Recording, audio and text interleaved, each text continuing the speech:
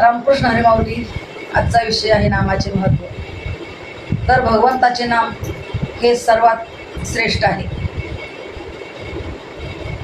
भगवंताच्या नामामध्ये जो रंगेल तोच खरा. एक वेळ चरित्र विसरले तरी चालेल, पण नाम मात्र विसरू नये, कारण नामातच सर्व चरित्र साठवलेले आहे. ज्ञान, उपासना, कर्म हे साधन आहेत, पण यांच्यापैकी नामस्मरण हे अत्यंत सुलभ साधन आहे. उदाहरणार्थ, एक मोठा तट असतो आणि तो असा काही असतो की त्यामध्ये मुंगीला जाण्याला सुद्धा मार्ग नसतो, असा तो तट असतो. त्याला एक मोठा दरवाजा असतो आणि त्या दरवाजाला एक मोठी कुलूप असते.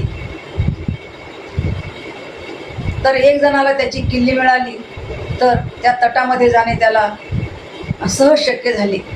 तसे नाम ही किल्ली आहे. परमार्थ कितीही अवघड असला तरी नामाने तो सोपा होतो.